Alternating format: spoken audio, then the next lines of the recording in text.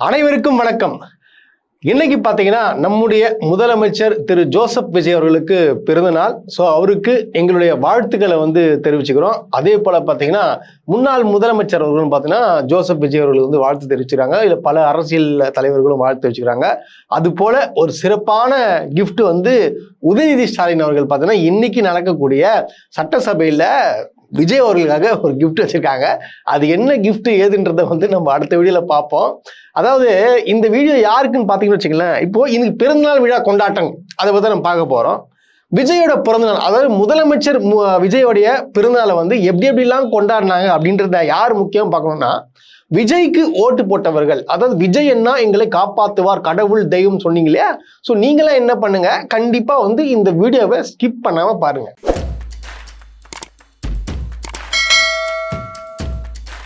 அதாவது முதல் கொண்டாட்டமாக பார்த்தீங்கன்னா நம்முடைய அமைச்சர், அதாவது காங்கிரஸ் கட்சியை சார்ந்த அமைச்சர் விஸ்வநாதன் அவர் என்ன அமைச்சராக இருக்காருன்னு பார்த்தீங்கன்னா உயர்கல்வித்துறை அமைச்சர். எப்படி உயர்கல்வித்துறை அமைச்சர் என்ன பண்ணியிருக்காருன்னா ஒரு சிறப்பான முறையில் பிறந்தநாள் கொண்டாட்டம் நடத்திருக்காரு, கலந்துருக்காரு. அப்புறம் என்ன பண்ணியிருக்காரு பார்த்தீங்கன்னா எங்க ஸ்கூல்ல, அதாவது அரசு பள்ளியில இவர் என்ன பண்றாரு, கலந்துக்கிட்டு என்ன ஒரு விசேஷமான ஒரு வேலையை பார்த்திருக்காருன்றத பாருங்க. அமைச்சர் மற்றும் அதனுடன் தாவேகா பெண் நிர்வாகி நடனமாடிய காட்சிகள் தற்போது சமூக வலைத்தில் வைரல் ஆகி வருகிறது. ஏனால் வாடி வாடி வாடி கைப்படாத சீடி என ஆபாச வார்த்தைகள் அடங்கிய இந்த பாடலுக்கு பள்ளி மாணவர்களிடையே ஒரு விழிப்புணர்வு என்று கூறி இந்த நடனம் நடத்தப்பட்டிருக்கிறது. வாடி வாடி வாடி வாடி கைப்படாத சீடி, கைப்படாத சீடி, இந்த பாட்டு இவங்க எல்லாருக்கும் தெரியும். இந்த பாட்டு பாத்தீங்கன்னா எங்க அரசு பள்ளியில, அதாவது மாரத்தான் போட்டி அப்புறம் பார்த்தீங்கன்னா ஏதோ நிகழ்ச்சி நடத்திருக்கிறாங்க. அதை தொடக்கி வைக்கிறதுக்காக இவர் வந்திருக்காரு. வந்துட்டு இப்படி குத்தாட்டம் போடுறாரு, டான்ஸு பார்த்துங்க. டிவிக்கே நிர்வாகியா பக்கத்தில் ஆடுறவங்க, டிவிக்கே நிர்வாகியா இல்லை மிஸ்ஸா யாருன்னு சொல்லிட்டு எனக்கு தெரியல. அவங்க கூட சேர்ந்து என்ன பாட்டுக்காரரா போல, வாடி வாடி கைப்படாத சீடி, எப்படி இந்த மாதிரி தத்துவ பாடலுக்கு ஆடி இருக்காரு. யாரு இவர் அமைச்சர். இவரை கேள்வி கேட்டதுக்கு என்ன சொல்றாருன்னா, என்னங்க இளைஞர்கள்லாம் ஜாலியா கொண்டாடுறாங்க, நானும் சேர்ந்து கொண்டாடுறாங்க, ஒரு முதலமைச்சருடைய பிறந்தநாள் விழா கொண்டாடுறோம். எத்தனை முதலமைச்சர் பிறந்தநாள் விழால இந்த மாதிரி டான்ஸ் ஆடி கொண்டாடினீங்க மிஸ்டர் அமைச்சரே, சொல்லுங்க. எப்படி நீங்களாம் உயர்கல்வித்துறை அமைச்சர் பாருங்க, எந்த அளவுக்கு ஒரு ஆபாச பாடல் இது கேட்டா அந்த அர்த்தங்கள், அந்த பாட்டுல அந்த அர்த்தங்கள்லாம் நீங்க கேட்டு பாருங்க. ஒரு ஆபாச பாட்டு டான்ஸ் ஆடுற, சரி டான்ஸ் ஆடுறது டான்ஸ் ஆடுறீங்க, சரி வேற ஏதாச்சும் ஒரு பாட்டுக்கு டான்ஸ் ஆடுறோம் பரவாயில்ல, இல்ல ஏதாச்சும் ஒரு நல்ல நல்ல பாட்டுக்கு ஏதாச்சும் கொஞ்சம் டான்ஸ் ஆடி ஒரு கலகலப்பா வச்சுக்கணும் பரவாயில்ல. அது எந்த பாட்டுக்கு டான்ஸ் ஆடுறீங்க? அரசு பள்ளியில சினிமா பாட்டை போட்டு ஒரு அமைச்சர் டான்ஸ் ஆடுறாருன்னா அப்போ இந்த பிள்ளைகளுடைய நினைப்பு எங்க போகும்? படிக்கிற மாணவர்கள் நினைப்பு எங்க போகும்? அவங்க என்ன நினைப்பாங்க பாருங்க. அதாவது என்ன பண்றாங்க, டார்கெட், ஃபுல் டார்கெட் என்ன பண்றாங்கன்னு பாத்தீங்கன்னா வெறும் பள்ளிக்கூடத்துல மாணவர்கள், படிக்கின்ற மாணவர்களை டார்கெட் பண்ணி விஜய் விஜய் விஜய்ன்ற ஒரு ஒரு ஒரு பிம்பத்தை இப்பவே அவங்க மண்டைக்குள்ள ஏத்துறாங்க. ஏன்னா பிற்காலத்துல விஜய்க்கு ஓட்டு போடணும்ல, அதுக்காக பள்ளிகளை மட்டும்தான் டார்கெட் பண்றாங்க. யாரு? நம்ம தாவேக்காவினர். இப்போ இந்த அமைச்சருக்கு என்ன சொல்ல போறீங்க? அமைச்சர் உயர்கல்வித்துறை அமைச்சர், அதாவது பாருங்க பள்ளிகளில் இன்னமும் பள்ளிகளில் மட்டும்தான் இந்த மாதிரி சினிமா பாடல்களை, விஜய் பாட்டுகளை ஒழிக்க விட்டு உங்க பசங்களுக்கு நல்ல புத்தி வர வைக்க போறாங்க. ஓட்டு போட்ட தாய்மார்களே, உங்க பசங்க பேச்ச கேட்டீங்களே, இப்போ உங்க பசங்களுக்கு என்ன, ஒரு நல்ல கலெக்டர் ஆகணும், பெரிய பெரிய ஆளாகணும், விஜய் மாரி டான்ஸ் ஆடணும். அதுதான் அந்த ஒரு விஷயத்த என்ன பண்றாங்க, புகட்டுறாங்க. சந்தோஷமா நீங்க பாருங்க. அடுத்த கொண்டாட்டம் என்னன்னு பாத்தீங்கன்னா ஒரு தனியார் பள்ளி, இது அரசு பள்ளி இல்ல, தனியார் பள்ளியில என்ன பண்றாங்கன்னா விஜய் கிட்ட இருந்து, சரி விஜய் கிட்ட இருந்து என்ன என்ன எதிர்பார்க்கறாங்கன்னு சொல்லிட்டு எனக்கு தெரியல.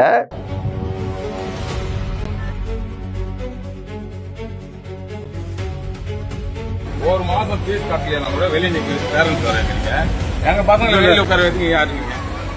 எதுக்கு உட்கார்ந்து இது மாதிரி கோயில உட்கார வச்சு இது பண்றதுன்னா 60,000 செலவு பண்றேன்னா சினிமா பாட்டு போட்டு. ஒரு பெரிய ஒரு கின்னஸ் சாதனை படிக்கணும்னு சொல்லிட்டு படிக்கின்ற மாணவர்கள், அதாவது ஒரு தந்தை சொல்றாரு 60,000 ரூபாய் வருஷத்துக்கு நான் ஃபீஸை கட்டி என் பிள்ளைய பார்த்தீங்கன்னா நடு கிரவுண்ட்ல வந்து உட்கார வைக்கிறீங்க 2 மணி நேரம் 3 மணி நேரம், எதனா ஆச்சுன்னா யார் பொறுப்பு? ஒரு சினிமா பாட்டை போட்டு விட்டு என்ன பண்றாங்கன்னா விஜய் மூஞ்ச வரைஞ்சிட்டு அதுல உட்கார வச்சு ட்ரோன் மூலியமா பார்த்தோன்னா விஜய் காட்டுறதுக்கு, அது விஜயை பார்த்தோன்னா முதலமைச்சர் வந்து குஷி படுத்துறதுக்காக இந்த மாதிரியான நிகழ்ச்சிகள் நடக்குது. பாவம் அந்த பசங்க.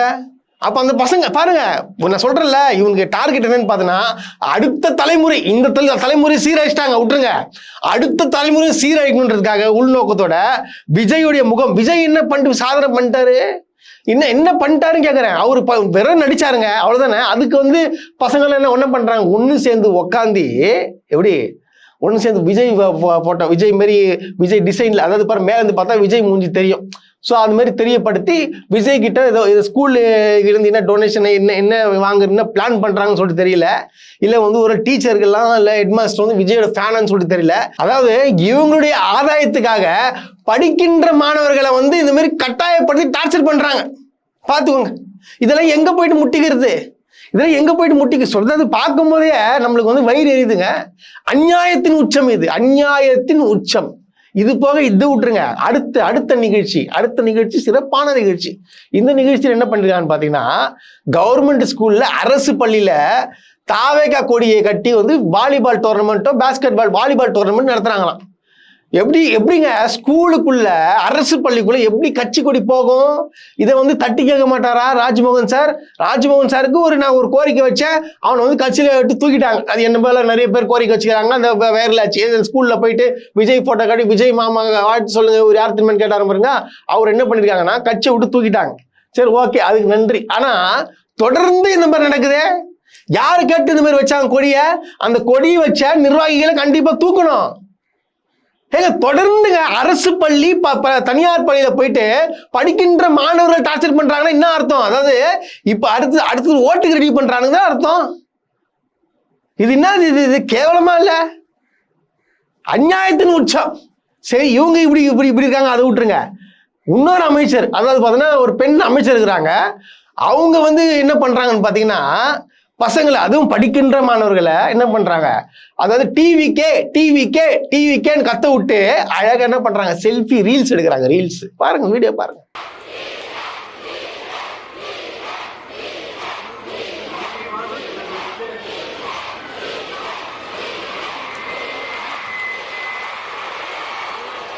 பாருங்க, பார்த்து ஓட்டு போட்டீங்களா போடுங்க, நல்லா அதாவது சமுதாயத்தை நல்லா வந்து முன்னேற்ற பாதையில் கொண்டு போறீங்க. தமிழ்நாடு எங்க போகுதுன்னு சத்தியமா எனக்கு தெரியலங்க. அந்த அளவுக்கு ஒரு மோசமான நிலையில வந்து இருக்குது. உண்மைதான்.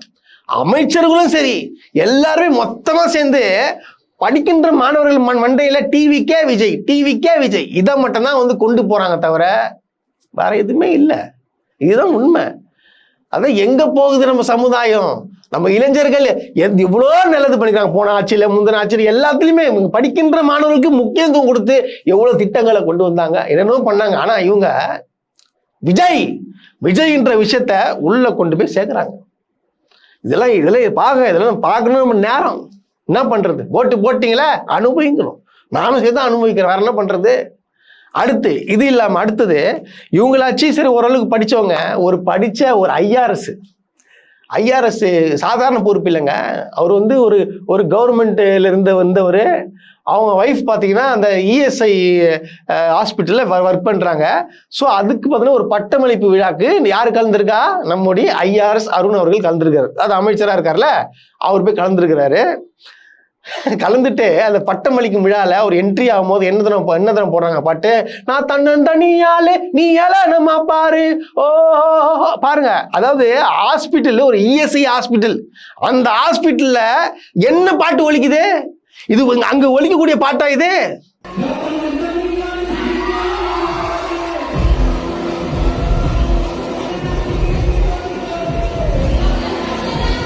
கட்சி பாட்டுங்க. அதாவது கட்சி அலுவலகத்துல போட்டி நீ எவ்வளவு வேணா நீ போட்டுக்கோ, ஒன்னும் பிரச்சனை இல்லை, போட்டுக்கலாம். பட் ஆனா இங்க வந்து போட வேண்டிய அவசியம் என்ன? எங்க படிச்ச ஐஆர்எஸ் கூட வாங்க இந்த மாதிரி இருப்பாங்க. விஜயை குஷிப்படுத்துறதுக்காக அது அங்க இருக்கிறவங்க வந்து ஏதாச்சும் ஒன்று பண்றதுக்காக என்னன்னா ஒரு கேவலமான விஷயங்க அது. இந்த மாதிரி எந்த அரசு எந்த ஆட்சியில் நடந்திருக்கா? இதுதான் மாற்றமா? இதுதான் முன்னேற்றமா? என்ன மாற்றம்? இந்த மாற்றத்துக்காக தான் ஓட்டு போட்டீங்களா? இந்த சட்டசபை தொடக்கத்துல நான் பேசிட்டு இருக்கும் போது பாத்தீங்கன்னா அங்க ஃபுல்லா கமெண்ட் என்ன போடுறான், டிஎம்கே தற்கூரி சிதறும் காலிடா, ஏடிஎம்கே நீ இதரும் காலிடா அப்படின்றான். விஜய் என்னமோ பெரிய ஒரு விஷயத்த பண்ணிட்ட மாதிரி. டேய், நீங்க தமிழ்நாட்டுடைய சாப கேட்றா. நீங்க நடக்கிற ஒவ்வொரு விஷயத்த பார்க்கும் போது தமிழரசு இதுக்கு பிஜேபி வந்துடலாம்டா உங்களுக்கு பதில். என்னடா இது? இன்னும் இந்த அளவுக்கு ஒரு மோசமான நிலையா இருக்கு. படிச்சவன் படிக்காதவன் எல்லாமே தற்கூரியா இருக்கிறான். எல்லாமே இந்த மாதிரி பண்ணலாமா? இந்த மாதிரி இது எப்படி சொல்லி அவங்களுக்கு புரிய வைக்கிறது? இது என்ன பண்ணலாம்? எல்லாரும் சிரிக்கிறாங்க நம்மளை பார்த்து. ஓப்பனா எல்லா ஸ்டேட்ல இருந்தும் நம்மளை பார்த்து சிரிக்கிறாங்க. அசிங்கமா இருக்குது, வேதனையா இருக்கு. நான் உண்மையை சொல்றேன், ரொம்ப வேதனையா இருக்கு. ரொம்ப இது எனக்கு ஓப்பனா சொன்னா எனக்கு வாழவே பிடிக்கல. அந்த மாதிரி இருக்குது, ஒரு ஜெயிலில் இருக்கிற மாதிரி இருக்குதுங்க அது. இது விடுங்க, இன்னொன்று கேளுங்க.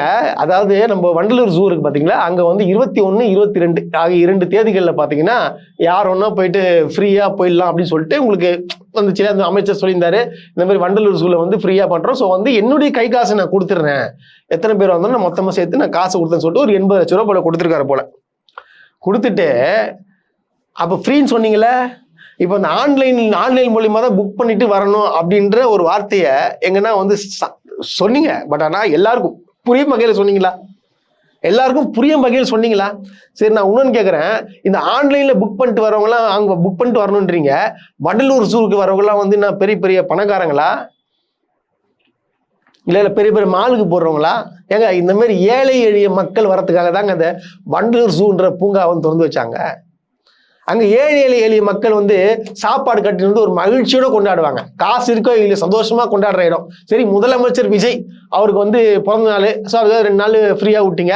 அதுக்காக எங்கெங்கேருந்தோ கிளம்பி இங்கே வந்து இங்கே பார்க்கறதுக்கு வராங்க. வந்தவங்களுக்கு என்ன பண்ணிருக்காங்க, ஆன்லைனில் புக் பண்ணுறதுக்கு மட்டும் தான் அலவுடு, இதில் முடிஞ்சு போச்சு கிடையாதுன்னு சொல்லிட்டு அமுச்சு விட்றாங்க. ரோட்டில் அங்கேருந்து கத்திட்டு இருக்காங்க, எங்களையா விட மாட்டீங்க, நாங்கள் அவ்வளோ தூரத்துலேருந்து வந்தோமே, நாங்கள் எவ்வளோ ஆசையோடு வந்தோம்.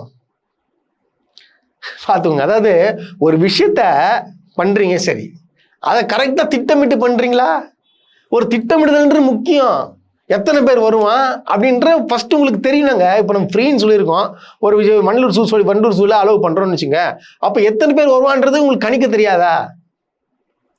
இல்லை முன்னாடியே சொல்லல, முதல் வருவர்களுக்கு மட்டும்தான் வந்து சீக்கிரமா வந்துடணும், காலையில் இந்த மாதிரி வந்து ஆன்லைன் பண்ண தெரியாத கூட வந்துடலாம் அப்படின்னு சொல்லிட்டு ஏதாச்சும் ஒன்று சொன்னீங்களா? இன்ஸ்ட்ரக்ஷன் கொடுத்தீங்களா? சாதாரணமாக வந்து ஆன்லைனில் புக் பண்ண போதுன்னு சொன்னால் அந்த மக்களுக்கு என்னங்க தெரியும்? அவங்க புக் பண்ணி பழக்கமாங்க. நிறைய பேர், எத்தனை பேருங்க இருக்கிறாங்க பாருங்க. அதாவது மக்கள் இங்கே பாருங்க எப்படி கத்திட்டு இருக்கிறாங்க.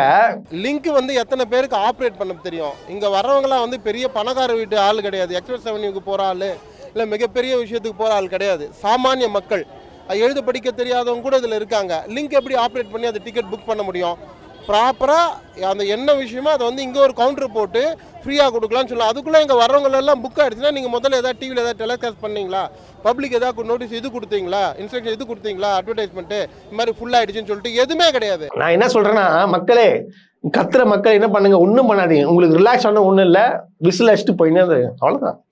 விசில் தானே அடிச்சிங்க, ஸோ விசில் அடிச்சுட்டு போயினே இருங்க. இப்போ திரும்பி பார்க்காம போயிடுங்க, அவ்வளோதான். வேற சொல்கிறதுக்கு ஒன்றுமே கிடையாது. ஸோ இது போல தான் பல இடத்துல வந்து பயங்கரமாக வந்து விழாவை கொண்டாடுறாங்க. இந்த மாதிரி சர்ச்சைக்குள்ளான ஒரு விஷயத்தை மட்டும்தான் வந்து பண்ணிட்டு இருக்கிறாங்க. இது ஒரு பிறந்தநாள் விழாவா? பயங்கரமாக வந்து பிறந்தநாள் விழா. ஓட்டு போட்ட மக்களே, நீங்கள் என்ன பண்ணுறீங்க? போங்க, நீங்களும் போய் பிறந்தநாள் விழா கொண்டாடுங்க. போங்க, கேக் வெட்டுங்க, விசில் அடிங்க, ஜாலியாக சந்தோஷம் விடுங்க, பப்ளிக்கை டிஸ்டர்ப் பண்ணுங்க, என்ன வேணா பண்ணுங்க, நாசமாக போங்க. இந்த மாதிரி ஒரு பக்கம் இது கொண்டாட்டம் போக இன்னொரு அமைச்சர் அதாவது சிடிஆர் நிர்மல்குமார் அவர்கள் என்ன சொல்லியிருக்காங்க, நான் முதல்வன் வந்து பேரை மாத்திட்டாங்களே, அதாவது பாருங்க சைட்ல அவங்க பண்ண சாதனைகள் எல்லாம் இருக்கும். அதாவது நான் முதல்வன் திட்டம் மூலயமா பாத்தீங்கன்னா மாணவர்கள் வந்து படித்து வந்து நல்ல நிலைமைக்கு போயிருக்காங்க, பெரிய பெரிய வேலைக்கெல்லாம் போயிருக்காங்க, ஒரு மிகப்பெரிய ஒரு சாதனை படிச்சிருக்கிறாங்க. ஸோ வந்து அந்த சாதனை எல்லாத்தையும் தூக்கிட்டு இப்போ வந்து நான் முதல்வன்ற பேரை வந்து டிஎன் ஸ்கில் டெவலப்மெண்ட் கார்பரேஷன் சொல்லிட்டு ஒன்று மாத்திட்டாங்க, அந்த பேரே மாத்திட்டாங்க. சரிங்களா? கேட்டா நான் முதல்வன் திட்டம் வந்து யாருக்கும் புரியல. யார் சொல்றா? அது வந்து ஒரு சிடிஆர் நிர்மல்குமார் சொல்றாரு பாருங்க. அந்த திட்டத்தோட பேர் புரியுற முறையா இருக்கணும். நீங்க அது ஸ்கில் டெவலப்மெண்ட், திறன் மேம்பாடு பண்ற ஒரு டிபார்ட்மெண்ட். நீங்க நான் முதல்வனா நிறைய பேர் கன்ஃபியூஸ் ஆகிறாங்க. ஏதோ சிஎம் அடுத்து வந்து முதல்வர் ஆக்குறதுக்கு ஏதோ நடக்குது போல நினைச்சுக்கிறாங்க. என்ன சொல்றாப்புலன்னா, இந்த மாதிரி நான் முதல்வன் யாருக்குமே தெரியலங்க, நான் முதல்வர் நானும் ஒரு முதல்வர் அப்படின்னு நினைச்சுக்கிறாங்க. எப்பா அமைச்சரே, உங்களுக்கு தான் வேணா வந்து உங்களுக்கு புரிதல் இல்லாம இருக்கான். பட் ஆனால் மாணவர்களுக்கு எல்லாருக்கும் தெரியும். நான் முதல்வன் ஒரு கெத்தா, நான் முதல்வன்னா யாரு, நான் முதன்மையானவன், நான் முதன்மையானவன் என்ற ஒரு விஷயத்த வந்து அவங்களுக்கு புரிய வைக்கிறதுக்காக தான் நான் முதல்வன்ற ஒரு திட்டத்தை கொண்டு வந்து பல மாணவர்கள் வந்து படித்து இன்னைக்கு பார்த்தீங்கன்னா என்ன ஆகுறாங்க, மிகப்பெரிய வேலையில இருக்கிறாங்க. அதாவது உங்களுக்கு புரியலன்னா இந்த வீடியோ நீங்க பார்த்துங்க அமைச்சரே, உங்களுக்கு தெரிஞ்சுக்கோங்க, இந்த வீடியோ பார்த்துட்டு தெரிஞ்சுங்க. மாணவர்கள் என்ன சொல்றான்னு கேளுங்க. என் பையன் நான் முதல்வர் திட்டத்துல படிச்சு பிரான்ஸ்ல ஏர்பஸ்ல வேலை செஞ்சுட்டு இருக்காங்க. 5 லட்சம் ரூபாய் முதல்வர் ஸ்டாலின் அவரோட தயவால பாருங்க என் பையன். இப்போ வந்து நாங்க மலேசியா வந்திருக்கோம் ஃப்ரம் தி ஸ்கீம் ஆஃப் நான் முதல்வன். இந்த பயணத்துல வந்து எனக்கு ரொம்ப ரொம்ப உறுதுணையா இருந்தது நான் முதல்வன் ஸ்கீம், நம்மளோட தமிழ்நாடு கவர்மெண்டோடது. என்னோட இந்த யூபிஎஸ்சி ஜேர்னில வந்துட்டு நான் வந்து நான் முதல்வன் திட்டத்தோட பயனாளியா இருந்திருக்கேன். 2025 யூபிஎஸ்சி எக்ஸாம்ல 698 ரேங்க் வாங்கி கிளியர் பண்ணிருக்கேன். தமிழ்நாடு கவர்மெண்டோட நான் முதல்வன் ஸ்கீம்ல தான் ஃபுல்லா படிச்சேன். 2024ல எனக்கு நான் முதல்வன் மூலமா வந்து நான் அதுல ஸ்காலர்ஷிப் வாங்கினேன் சார். அதுக்கப்புறம் தான் இந்த குரூப் ஒன் கிளியர் பண்ணேன் சார். அது போக இதுல இன்னொரு விஷயம் பார்த்தீங்கன்னா, அதுல ஒரு பொண்ணு ஒன்று பேச, அந்த பொண்ணு யாருன்னா கும்பகோணம் தீ விபத்துல இறந்த மாணவர்கள் இருக்கிறது பார்த்தீங்களா, அதுல வந்து தப்பித்த ஒரு பெண்ணு இன்னைக்கு சப் கலெக்டரா இருக்காங்க. எது மூலியமா? நான் முதல்வன் திட்டம் மூலியமா. ஸோ எந்த அளவுக்கு எங்க, அதாவது ஒரு ஆட்டோக்காரர் சொல்றாருங்க, அவரு ஒரு எப்படி அது சொல்லும் போது நம்மளுக்கு மனசு வந்து ஒரு மாதிரி ஆகுது. அவர் காட்டுறாரு பாத்தீங்களா, நான் முதல் திட்டத்தின் மூலியமா என் பையன் வந்து ஃபாரின்ல இருக்கிறான் பாத்தீங்களா, ஜூம் பண்ணி காட்டுறாப்புல. எப்படி சந்தோஷம், ஆட்டோ ஓட்டுறது அவங்க பையன் பெரிய ஆளா இருக்கான், ஒரு சந்தோஷமா சொல்றாரு. எந்த திட்டத்து மூலியமா? நான் முதல் திட்டத்து மூலியமா. ஆனா அந்த பேரே மாத்தி நான் முதல்வன்ல என்னங்க இருக்கு? இப்ப நான் சிஎம் போட்டோ இருக்கேன், சிஎம் போட்டோ தூக்கிடுங்க, உங்க போட்டோ வச்சுங்க. அந்த பேர்ல என்ன இருக்கு? இல்ல கலைஞர் பேர் இருக்கா, இல்ல முக ஸ்டாலின் பேர் இருக்கா, யாருக்கு பேர் இருக்குது? அது ஏன் மாற்ற வேண்டிய அவசியம் என்ன? அடப்போங்க நீங்க. அது போக இன்னைக்கு காலையில நான் ஒரு வீடியோ பார்த்துட்டு என்ன பண்ணேன்னா, அம்மா உணவகத்துல போயிட்டு தேடினேன். உண்மையா சத்தியமா சொல்றேன், அம்மா உணவகத்துல போயிட்டு நான் தேடினேன். என்ன தேடினேன்னு பார்த்தீங்கன்னா, இந்த மாதிரி வந்து தோசை போடுறாங்க, தோசை இருக்குமான்னு கேட்டால் தோசை வந்து இல்லைன்னு சொல்லிட்டாங்க. நான் பார்க்குறேன், என்ன தோசை இல்லை, அப்புறம் எப்படி இந்த அமைச்சர் வந்து சாப்பிட்றாரு? இங்கே பாருங்க, நீங்க பாருங்க.